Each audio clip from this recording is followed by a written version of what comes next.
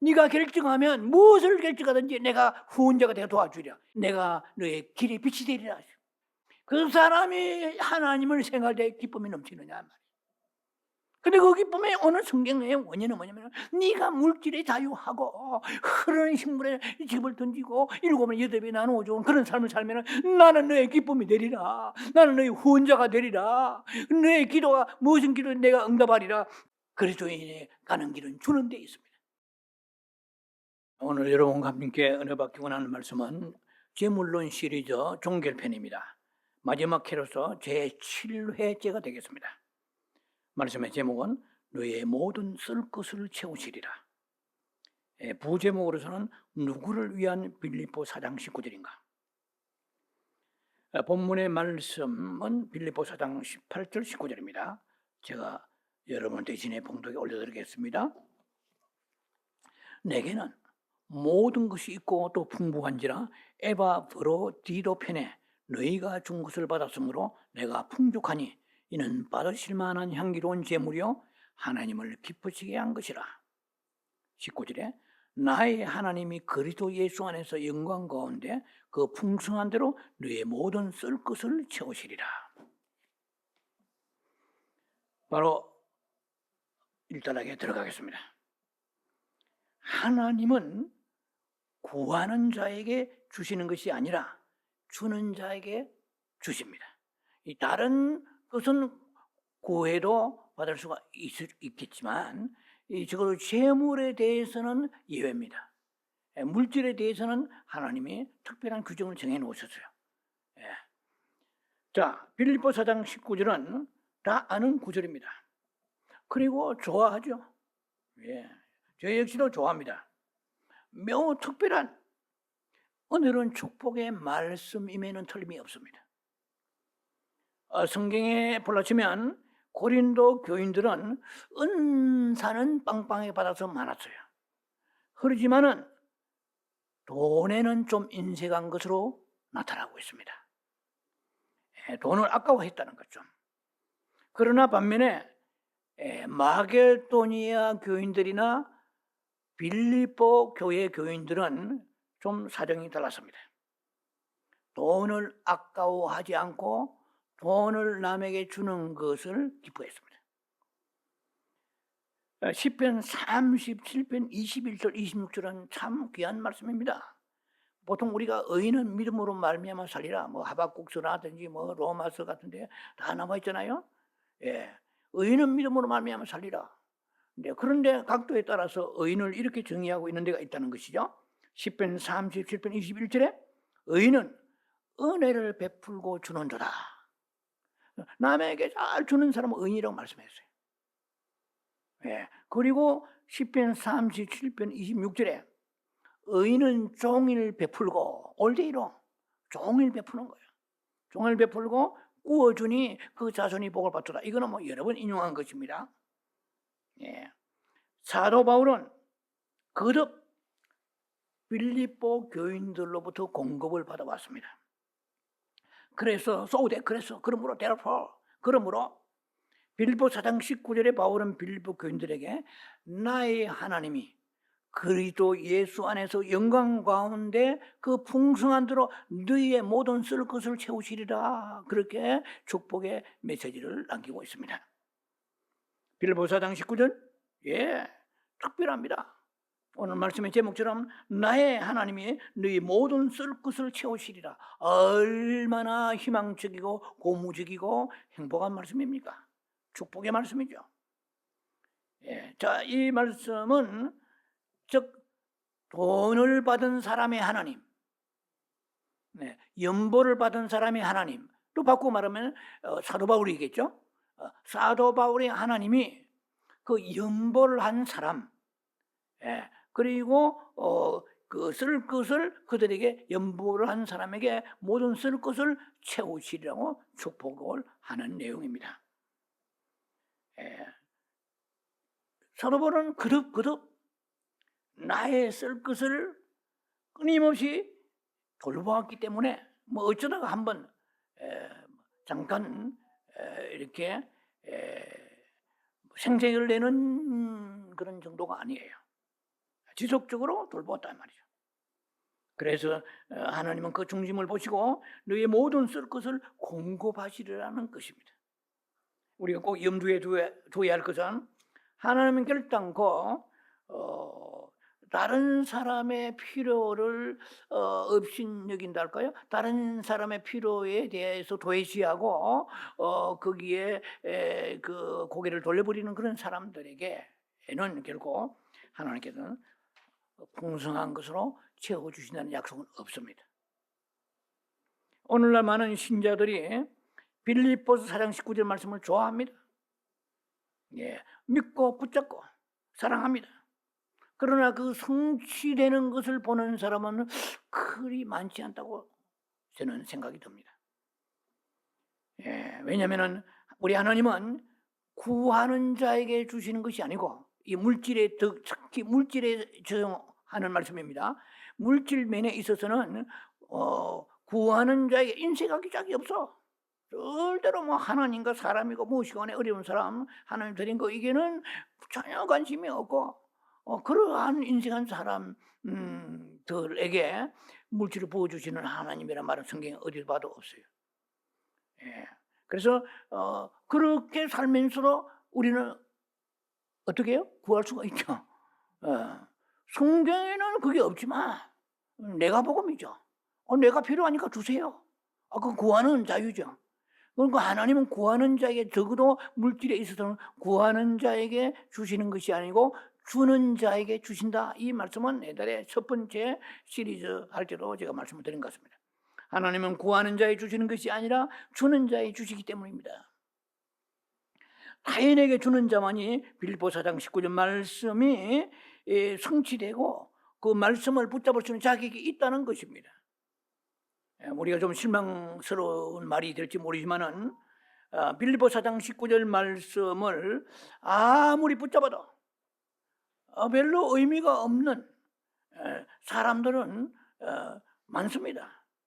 왜냐면은 그 하나님 앞에 주는 것에 대해서는 인생한 사람인데 말씀만 붙잡는다고 다 이루어지면 그 말씀이 부족이 아니잖아요. 하나님의 말씀에 반드시 어떤 컨디션이요, 하나의 조건이 있습니다. 그것을 우리가 무시하고 내가 필요한 말씀만 골라 꼭 집어서 나에게 적용하려고 하는 것은 그런 성경적 비브리컬 라이프라고 성경적 삶이 아니라는 것입니다. 그래서 성경은 분명히 우리에게 우리가 싫지만 좀 그렇게 즐겁다고 그럴까요? 호락호락 그렇게 받아들이고 싶지 않을지는 모르지만은 남에게 주어야만이 그리스도 예수 안에서 풍성한 대로 쓸 것을 모든 쓸 것을 채우신다는 그 약속의 말씀을 우리가 무시하면 안 된다는 것입니다. 제가 이 말씀을 늘 준비하면서 항상 떠오르는 퀘스천이 있습니다. 뭐냐면은 하나님이 그렇게 말씀하시지만 나는 그렇게 남한테 주는 것을 외면하고 인생에 했는데 양심상 그래도 하나님은 주시되 이렇게 생각하는 사람이 분명히 있을 거예요. 이 유튜브의 성도들이나 여러분 가운데도 혹시 있을지 모릅니다. 꼭 나는 남한테 구제하고 이런 거는 안 했는데도 하나님이 나를 특별히 사랑하셔 주시대. 그건 자기가 생각한 특별히 사랑이지. 제가 늘 하는 생각 중에 하나가 우리가 지금 다 산 게 아니에요. 우리가 궁핍할 때까지 궁핍하지 않습니다. 망할 때까지 망하지 않습니다. 죽을 때까지 죽지 않습니다. 죽어야 죽는 것이고 망해야 망한 것이고 궁핍해야 궁핍한 것입니다. 그러니까 무슨 말이냐면 현재 우리가 피둥피둥 살아있다 별일 없다 라고 해서 하나님의 말씀을 무시하거나 경시하면 결코 안 된다는 것입니다. 이거는 제가 여러분에게 부정적인 측면에서 어떤 저주적인 그런 메시지가 아니라 하나님의 말씀에 입각해서는 반드시 어느 때인가는 이루어진다는 거야. 저는 그거 확신합니다. 내 세대에 이루어지지 않으면 내가 죽어서도 다음 세대까지 이루어지는 거야. 그래서 하나님은 단편적인 우리 인생을 상대하지 아니하십니다. 우리가 죽고 난 이후에 천국에 가서 그리고 산 것까지 이것까지 성경을 말씀하시는 거예요. 그리고 또 우리가 이 땅에 사는 날 동안에 내 세대는 발뻗고 살았고 별일 없이 살았다. 그렇다고 해서 그 사람이 복받은 게 아니라는 거예요. 다음 세대 페이지를 넘겨서 넥스트 제너레이션까지 봐야 돼요.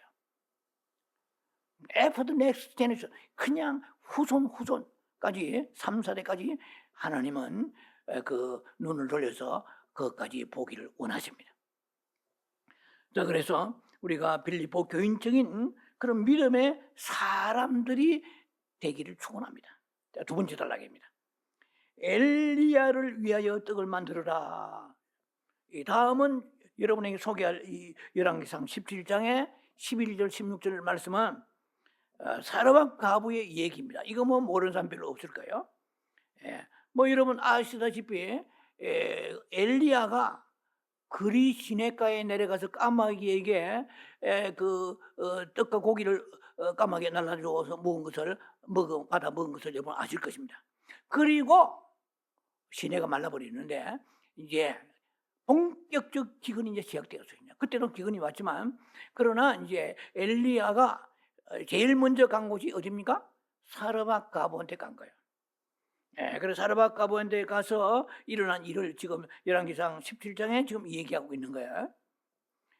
이때는 아시다시피 3년 6개월 동안에 지금 기근과 가뭄이 계속 ING로 진행되고 있는 기간 가운데 하나예요.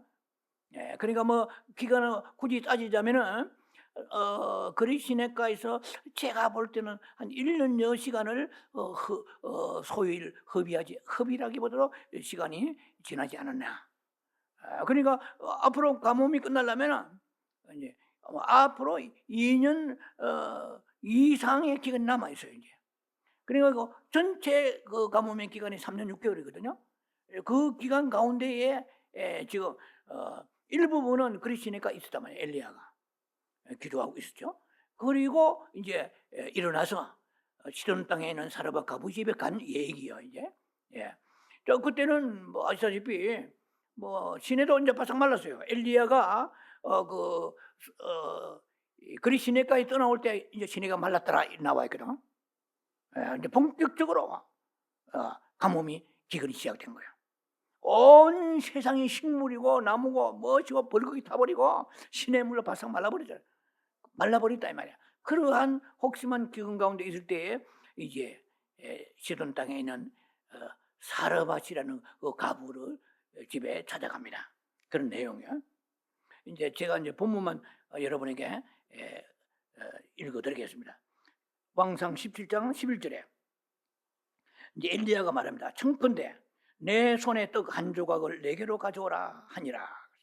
12절에 주 당신의 하나님 여호와의 사심을 가리켜 맹세하노니 나는 떡이 없고 다만 통에 가루 한 웅큼과 병에 기름 조금뿐이라.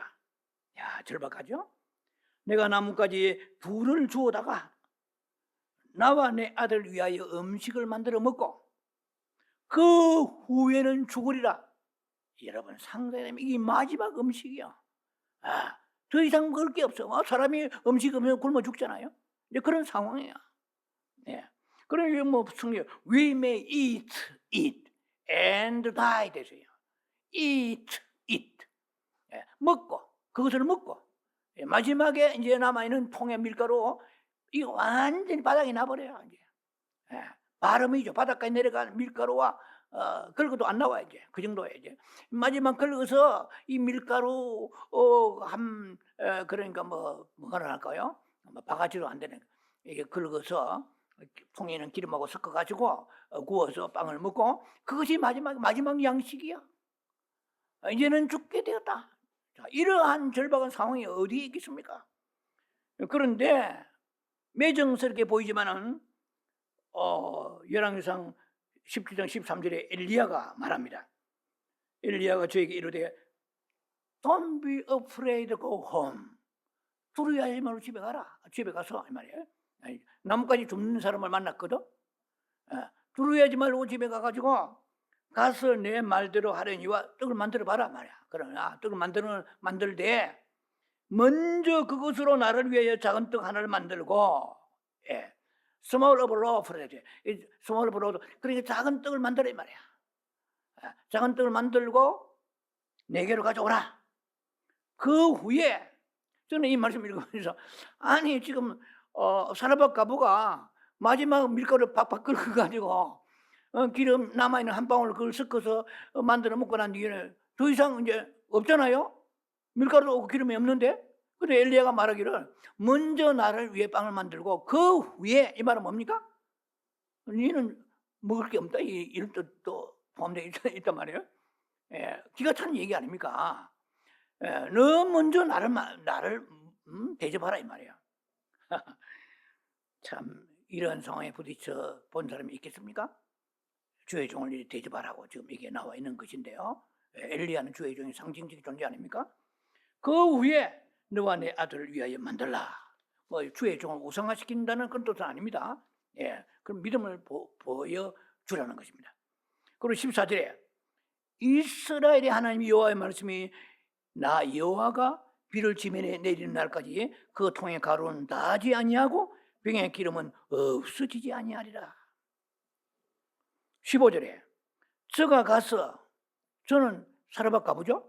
저가 가서 엘리야의 말대로 하였더니 그와 그뭐 우멘이죠. 더 우멘. 그와 엘리야와 죄송합니다. 사르밧 가부와 일라이자죠.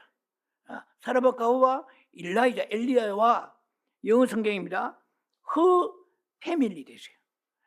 우리 성경도 그의 식구가 일어날 먹었잖아요. 저는 이 성경 보면서 그 사르밧 가부가 나와 내 아들이 먹고 죽자도 이게 끝이다 이렇게 얘기했는데 이 성경의 15절에는 그의 식구가 나왔거든. 뭐 그렇게 너무 이렇게 뭐 확대 해석할 필요 없을지 모르지만은 그 패밀리, 식구라 그 아들이라고 쓰지 않았을까? 제가 생각하면서 이 엘리야의 지금 그 명령을 받은 사르밧 가부가 아들과 자기만 먹는 것이 아니고 다른 식구가 있었지 않겠나라는 생각입니다. 이제 아마 성경은 문자적으로 볼 때도 있지만 때로는 거기에 숨어 있는 그 비하인드 미닝이 있습니다. 상징적인 의미도 있고 어떻든 간에 다른 식구도 있었다고 볼 수 있다는 거죠. 이제 여러 날 먹었으나 16절에 통의 가루가 떨어지지 아니하고 병의 기름이 없어지지 아니하니라. 자, 예를 들어서 셈이죠. 자, 이게 완전히 이런 기적이 어디에 있겠습니까? 자, 이 내용을 뭐 설명할 필요는 굳이 없겠지만, 그러나 조금 더 압축해 본다면은, 교훈적으로 압축해 보자면은, 통에 항아리 혹은 단지죠. 통 속에 밀가루가 다 떨어졌어요. 박박 긁었어. 병 속에 기름이 이제 뭐 그 기름기만 남았지 마지막 방울을 따라서 이제 엘리야를 대접했단 말이에요. 그런데 그러한 상황 가운데 있을지라도 이 말이야. 아주 막 우리가 살아가다 보면 이 정도까지 아니지만 절박할 때 있을 거 아니에요. 그런데 그때 탄식과 좌절과 절망 속에서 몸부림치지 말고, 이건 제 생각입니다. 집어넣은 거예요. 그 생각에 집사가 이제 끝났다. 이제는 내 목숨은 다 왔구나. 우리 집은 망했다. 우리 회사는 망했다. 이제 끝났다. 더 이상 길이 없다. 막다른 골목이다. 그렇게만 생각하지 말아야 말이야. 그럴 때 정신을 바짝 차리고, 이제 제가 집어넣는 얘기야. 그럴 때 하늘을 바라보면서 주의 종을 대접하라 말이야. 뭐 꼭 이러니까 목사님이니까 막 목사님 대접하라. 이거는 제 얘기 아니에요. 성경에 있는 엘리야를 대접하라. 대접은 주의 종의 상징적인 존재 아니겠습니까? 꼭 그러면 주의 종이 아니라도 그 눈에 띄는 대로 어려운 사람을 돌아보라는 얘기입니다. 대접하라는 거예요. 그 마지막 것을 가지고 대접하라 이 말이에요. 그러면은 그래서 떡을 만들어라. 대접하라. 섬기라. 하나님이 살아 계시잖아요. 그 모습을 보고 하나님은 발전 끼고 알아서 네가 굶어 죽어라 하시겠느냐는 거예요. 우리가 신앙이라는 것은요, 신앙이라는 마지막 상황까지 갔을 때 그때 일어나는 그 믿음이 진짜 믿음이 솔직히. 여러분 저녁에 잠을 잘 자고 잘 자서 감사합니다. 아멘 할렐루야. 근데 음식을 잘 이빨 쑤시면서 아멘 아멘 감사합니다. 주지 육림을 뜯고 막 감사 아멘. 누구나 할 수 있지. 냉장고 열어도 텅텅 비어 아무것도 없어. 음식을 뭘 해먹자 해도 시장 볼 돈도 없어. 그리고 옷이 겨울이 왔는데 따뜻하게 입으려고 하니까 여름 옷밖에 없어. 그러면 하나님 정말 살아계십니까? 원망이 나오지 감사가 나오겠어요?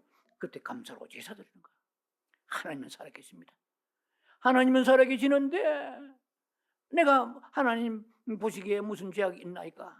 그러면 회개하게 하시고 여호와를 섬겨 내가 부유할 때 하나님 감사하지 못하고 이 어려움을 내가 당면하여 부유할 때 내가 남을 돌아보지 못했습니다. 이렇게 뭐 깨달음이 있어가지고 주의 뜻이 깊고 오묘한 줄 압니다. 그러나 하나님은 사랑이십니다. 가디스러워. 요한일서 4장 18절 가디스러워. 하나님 사랑이 얼마나 티가. 그분은 전능하시고 그분은 멀시풀가하십니다. 익절스러워도 하일러도 뭐 저런 새벽에 일어나 기도할 때 하나님은 찬양을 많이 합니다. 하나님을 찬양해야 돼요. 하나님은 찬양 받으시면 하나님이거든요. 그냥 무릎 다 대고 아버지 이것 주세요. 이건 기도의 순서에 행편이 틀린 것입니다. 기도는 순서가 있잖아요. 예, 우리가 음식을 먹고 물을 마시듯이 어떤 이렇게 밥을 먹고 그 다음에 국물을 마시듯이 이런 순서가 육신에도 있듯이 영적인 세계에서 먼저 그 나라 의를 구해야 됩니다. 하늘에 계신 우리 아버지, 우리가 주기도문 할 때 제가 이거 아주 적나라하게 연구해서 여러분과 말씀을 나눌 것입니다. 먼저 그 나라 의를 구하라고 그랬잖아요. 예, 그런데 우리가 먼저가 뭐 그 나라가 아니고 내 자신을 생각하면 이건 신앙에서 거꾸로 가는 신앙입니다. 자, 그래서 우리가 여기서 잘 교훈을 적용해야 됩니다. 네가 아무리 어려울지라도 그 주의 종을 되짚어라, 섬겨라. 그리하면 얼마 지나지 않아서 뭐 얼마 기간이 뭐 이겠습니까? 당장이죠. 이 약간의 밀가루 몇 방울에 그 기름을 다 이제 주의 종을 되짚하고 이제 그 나니까 박박 긁어도 밀가루가 없어요. 이제 밀가루 없어 항아리가 오히려 뭐 단지가 깨져 나올 정도야. 기름이 막 기름 거기에 기름기만 남아있지 기름 없다 이 말이야. 그러나 하나님께서는 그 믿음을 보시고 기적적으로 뭐 밀가루와 기름이 증가되어 가지고 3년 6개월 동안 앞으로 남은 기간에 최소한 연구해 보면 2년 정도 이상한 기간이 남아 있는 기간이 3년 6개월까지 끝날 때까지 아니 하루가 지금 먹고 없어서 먹고 죽을 지경인데 어떻게 앞으로 2년을 견디겠어요? 벌써 죽었어요. 제가 이 말씀을 보면서 그 당시에 참 신문도 없고 성경도 기록은 없을지 몰라도 많은 사람이 굶어 죽었겠구나. 그런 생각이 안 들어요? 저는 이 말씀 보면서 많은 사람이 굶어 죽었겠구나. 그런데 이 하나님은 이 사르밧 가부를 너무나 사랑하셔가지고 오다를 내리신 거예요. 큰 명령을 내리신 거예요. 그래서 우리가 성령의 감동이 오면은 주여 왜 하필 접니까? 이렇게 하면 안 돼요. 내가 너를 특별히 사랑한단 말이야. 그리고 고난이 오면은 와 이미 이렇게 하지 말고 특별히 나를 사랑하십니까? 저에게 무엇을 주님께서 깊은 것을 요구하시길래 이 어려운 고난이 제게 임하였습니까? 주여. 10편에 73편에 기억합니다만 끝절에 보면은 26절인가 보면은 주를 가까이 하게 되면 복이라 그랬거든요. 잘 먹고 잘 사는 게 복이라 성경 그게 없어요. 주를 가까이 하게 되게 복이라. 그러면 여러분 배부르고 문제가 없으면은 주님 가까이 가는 힘이 약합니다. 근데 암이 왔다 사기다. 그러면 암제 사기가 되었다. 예를 들면은 절박한 상황이 있을 때 하나님 가까이 가게 되는 거예요. 그러니까 평소에 비실비실하고요. 그냥 세상에 풍파에 떠내려가는 사람한테 어느 날 절대가 내릴지 모릅니다. 그러면 정신 바짝 차리고 하나님 앞에 가까이 가는, 보통 가까이 가는 게 아니에요. 그때는 그런 게 상자가 7개 8개 끊어질 정도로 주님 앞에 부러질 때 하늘 문이 열리면서 성령의 권능이 임하는 거예요. 여러분 아시다시피 야곱이 그냥 평소에 어머니 치마끈을 잡고 아주 그냥 친구하고 놀면서 이럴 때 한 해 만났습니까? 야곱이 야뽕 깎아도 죽을 고비를 이제는 형 에서 앞에서 이거는 죽느냐 사네. 형 에서 걸리면 세상 말로 뼈도 못 추려. 그리고 야곱이 에스를 피해 도망가잖아요. 그런데 베델 동산에 거기서 저녁에 날씨는 춥고 짐승은 울어제끼고 우와 늑대는 울어제끼고 이거 죽는 판이요. 외롭고 부모 떠나가지고 자 그럴 때 하늘 문이 열렸단 말이야. 유명하잖아요. 야곱의 하늘 문이 열리고 그리고 사닥다리가 치릉치릉 내리는 거예요. 나는 너의 하나님이라. 나는 너희 여호와라라라라 이렇게 하는 거예요.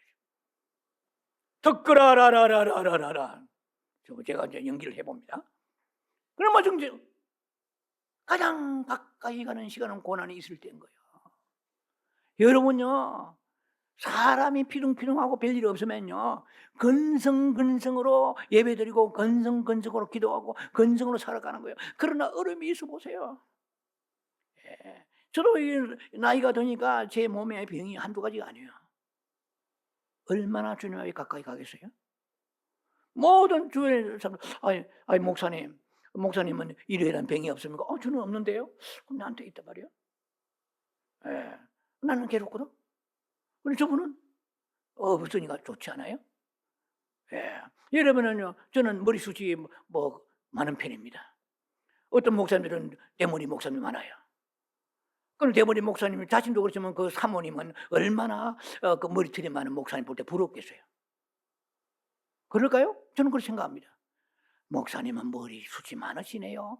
이런 말을 많이 들었습니다. 그 말은 바꾸고 말하면은 우리 남편은 대머리인데요, 저는 목사님처럼 머리 많아서 얼마나 좋겠어요. 이런 말이 있을 거 아니에요? 그럼 그 말을 바꾸어서 내게 머리가 숱이 많다, 이것도 감사하는 거예요. 아버지 감사. 없는 것만 생각하지 말란 말이에요. 내게는 이런 병이 있어 고통스럽지만은 저 사람은 내가 가지 못하는 어떤 가지고 있잖아요, 어떤 질병, 이것을 가지고 괴로워할 거다 이 말이에요. 하나님은 공평하시거든. 근데 남이 가지고 있는 좋은 것만 보면 안 돼요. 그래서 어쨌든 결론이 뭐냐면 내게 어려움이 있다, 불행한 생각에 사로잡히지 말고 간절히 주님 앞에 나아가야 돼요. 여호와여 여호와여, 내게 이런 질병이 있는데 하나님, 내가 이것은 하나님 부르짖고 가까이 가라고 하는 주님의 사인인 줄 믿습니다. 주여 긍휼히 여겨 주시옵소서. 지난날 아버지 은혜 건강할 때에 이 건강한 이 장기를 가지고 감사하지 못했는데 이제는 이것이 망가지니까 주여 불편하기 짝이 없는데 지난날 감사하지 못함을 용서하여 주옵소서, 통촉하여 주옵소서. 그럼 하나님 가까이 가는 거예요. 하나님이 애절한 자, 애통한 자를 결코 멸시하지 않는다고 말씀하셨습니다. 할렐루야. 애통한 자는 복이 있다고 그랬거든. 예, 그냥 배불러 가지고 입에 침이 줄줄 흐르면서 개거품 품고 살아가는 그런 사람이 복이 있다고 말씀하지 않았어요. 애통하는 자는 복이 있으니 너희 웃음을 눈물로 슬픔으로 바꿀지라. 야고보서 한번 보세요. 이 말은 뭡니까? 불행하게 살아라는 뜻이 아니라 우리에게 그러니까 건성건성 살아갈 때에 충격을 딱 주세요. 임팩트를 딱 주세요. 그럼 정신이 바짝 드는 거예요. 여러분 이빨이 좋습니까? 이빨에 빠져가지고 음식을 씹지 못한다 합시다. 그러면 여러분들이 생각할 때 지난날 이빨 안 빠지고 음식 잘 씹을 때가 행복했구나. 주야. 그럼 한번 빠진 이빨을 어떻게 이제 임플란트 할 수 있겠지. 그럼 나이가 많으면 임플란트도 안 돼요. 잇몸이 사가버리기 때문에 물렁물렁해가지고 빡지도 못해. 그러니까 우리가 완전히 후회하기 전에 지금 살아있는 이 순간에도 늘 감사로 제사드려요. 감사할 것이 무엇입니까? 기억나게 하시고 생각나게 하소서. 주여. 할렐루야. 그리고 어려움이 오더라도 좌절하지 말아요. 회개하고 죽기 가까이 가겠노라 하면은 주님께서 놀라운 치료가 있게 될 것입니다. 이거는 제가 설교 내용에 있는 게 아니에요. 성령이 항상 제가 기도할 때 제가 원고를 준비하지만 성령이 그때그때 개입해 주시고 말씀하실 거 해주세요. 이렇게 제가 항상 준비하면서 기도합니다. 이거는 전혀 생각지 않은 얘기가 중간에 막 들어가는 거예요. 그래서 제가 빨리 설교를 끝내려고 하는데 주님께서 브레이크를 거시는 것 같아요. 자, 그래서 우리는 누가복음 16장 9절의 말씀을 한번 생각해 볼 수 있습니다. 불의한 재물로 친구를 사귀라. 이게 굉장히 어려운 말씀입니다. 언젠가 이것도 한번 강의를 하게 돼요. 불의한 재물로 친구를 사귀라. 그 재물이 없어질 때에 그들이 너희를 영주할 처소로 영접하리라. 그 이양 망해가는 것 말이야. 사라박 가보고 이양 망해가는 거, 이양 이 마지막 먹고 죽는 거, 드리고나 죽으라 이 말이야. 어떻게 보면 제가 좀 여러분들에게 쉽게 해석해서 적응해 봅니다. 그렇잖아요. 비싼지 하라는 거죠. 자, 몇 봉우리의 그 남은 것으로 3년 6개월 동안에 먹기에 충분히 남아 돌게 되었다는 이 얘기입니다. 한 끼 먹기도 부족한 현실이고 절박한 상황 속에서 남을 대접한다는 거, 이게 정말 이게 귀한 거 아니겠습니까? 이런 믿음이 하나님이 하늘 보좌를 흔드는 거예요. 너는 지금 이 주의 종이 와서 너한테 얘기할 때 안 됩니다, 안 됩니다. 당신이 주의 종, 우주의 종이라도 나는 내가 지금 먹고 내 아들하고 마지막 먹을 것도 당신이 뺏어가면 어떻게 합니까? 난 못하겠어요. 이렇게 했다면 이 사람도 사라바 가부도 가뭄에 기근에 죽었을 거예요. 하나님은 살리기를 원하십니다. 우리에게 제가 목회를 오래 했지만 성령의 감동이 올 때가 많아요. 성령이 딱 감동할 때는 그런데 말을 다 하지 못할 때가 있어요. 그것도 하나님 어떻게 책망받을지 모르겠는데 저 사람 믿음이 이게 따라오겠나. 이 인간적으로 목사가 얘기한다고 오해하면 어떻게 하나. 저도요 인간인지라 좀 갈등할 때가 있습니다. 성도가 더 많았을 때, 더 많은 성도들이 있을 때 바른 말씀 바로 하나님 이렇게 말씀하십니다. 전가지 못했을 때 하나님 앞에 갔을 때 그 하나님께서 책망받으면 어떻게 하나. 그런 것을 제가 요 생각을 한번 해봅니다. 제가 뭐 옥하나 목사님 옛날에 돌아가시기 전에 유명한 말을 하시더라고요. 내가 성령의 감동이 있는 대로 주의 종으로서 바른 말씀을 전가하지 못하고 장로 눈치 보면서 때로는 사람의 귀에 걸리어 좋은 말을 한 것을 회개합니다. 상암 경기장, 월드컵 상암 경기장에서 그렇게 막 회개하면서 목사님 돌아가실 때 그 메시지를 선포한 걸 제가 들었습니다. 그런 위대한 주의 종도 때로는 바른 말씀을 감동대로 전하지 못할 때가 있었다고 고백한 걸 제가 볼 때 우리 모두가 참 다 연약한 부분이 있는데 그러나 그럴지라도 우리는 모든 것을 내려놓고 하나님 말씀대로 담대하게 이 약속이죠. 이거는 내가 채워주시고 풍성하게 할 것이다. 쓸 것을 넘치게 해 주시리라. 오늘 제목이 그거 아닙니까? 쓸 것을 넘치게 해 주시리라는 거예요. 자, 이제 버릴 시간이 가버렸습니다만은 마태복음 10장 41절에 선지자의 이름으로 선지를 영접하는 자는 선지자의 상을 받을 것이요. 의인의 이름으로 의인을 영접하는 자는 의인의 상을 받을 것인지라 말씀하십니다. 여러분 모두가 엘리야를 대접하는 떡으로 대접하는 그런 믿음의 축복이 있기를 바랍니다. 그 다음에 세 번째 단락인데요. 그리스도인의 길은 주는 데 있다. 성경은 우리에게 빈곤을 절대로 우리에게 강조하지 아니하셨습니다. 그는 그리스도의 길이 아닙니다. 우리가 가난하거나 빈곤에 어려운 궁핍에 허덕이게 되는 것은 두 가지 이유라고 볼 수 있습니다.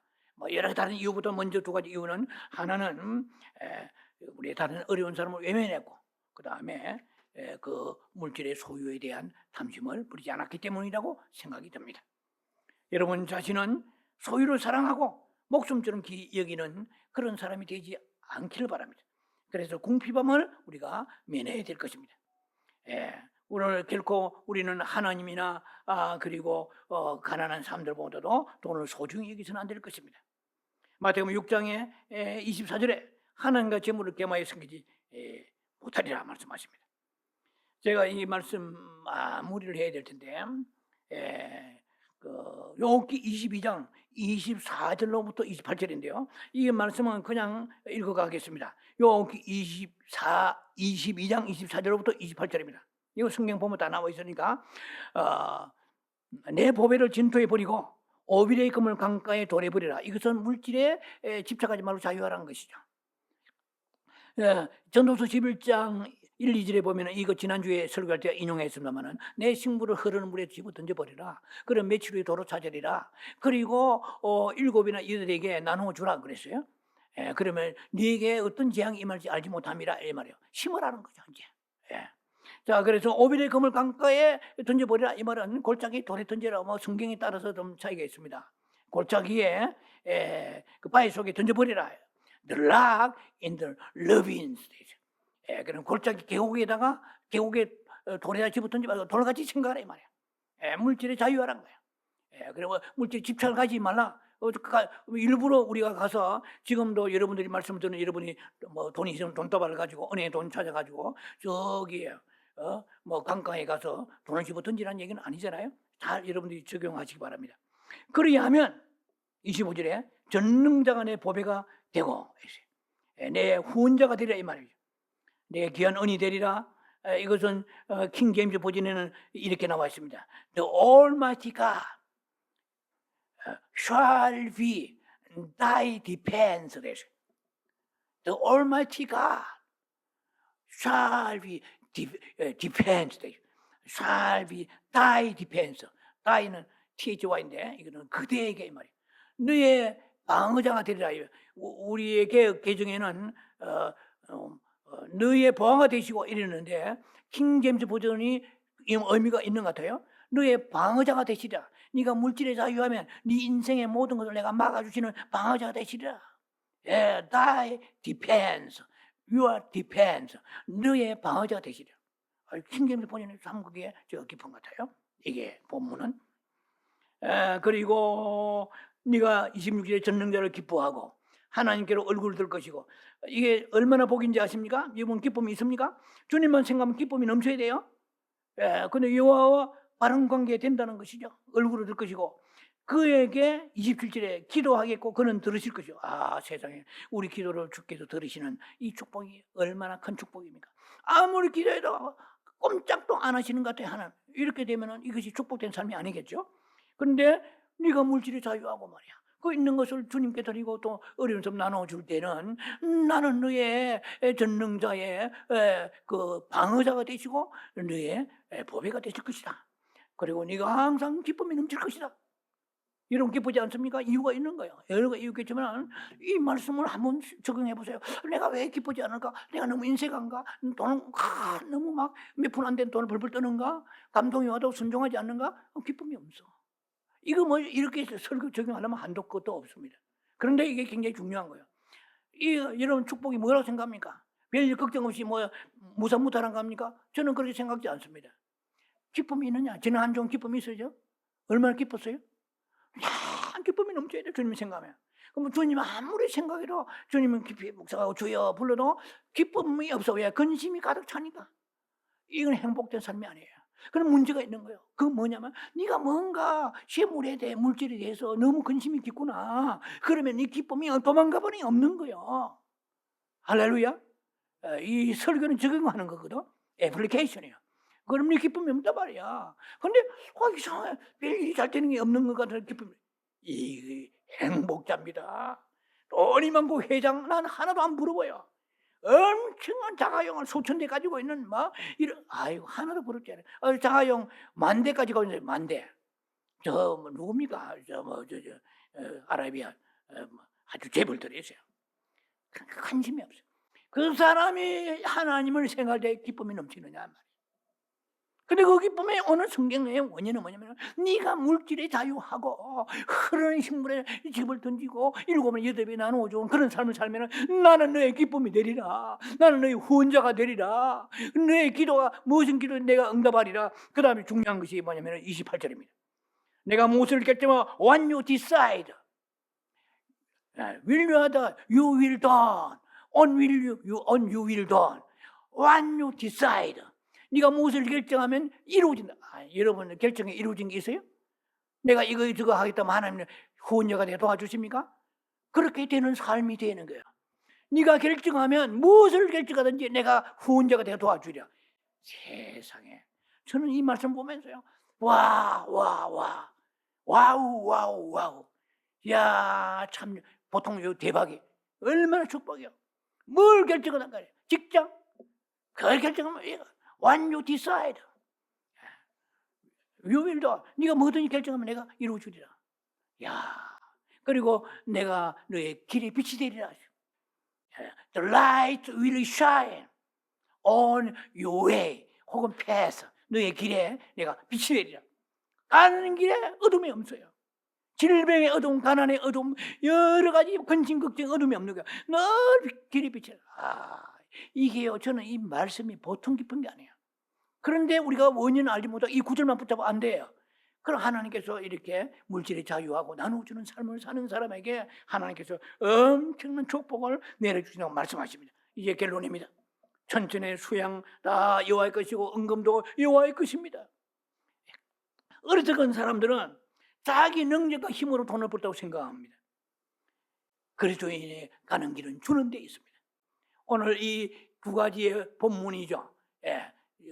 두 가지 본문이 빌립보 4장 19절과 그리고 이 왕상 17장입니다. 하나는 빌립보 교인들이고 하나는 사라밧 가부입니다.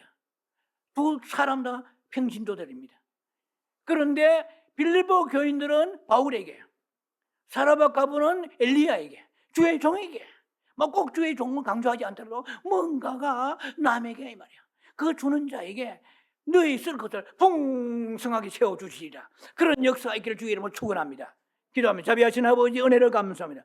풍성한 축복을 받는 사랑하는 유튜브 성도와 우리 성도 되게 하옵소서. 예수님 이름 감사 축복 기도합니다. 아멘.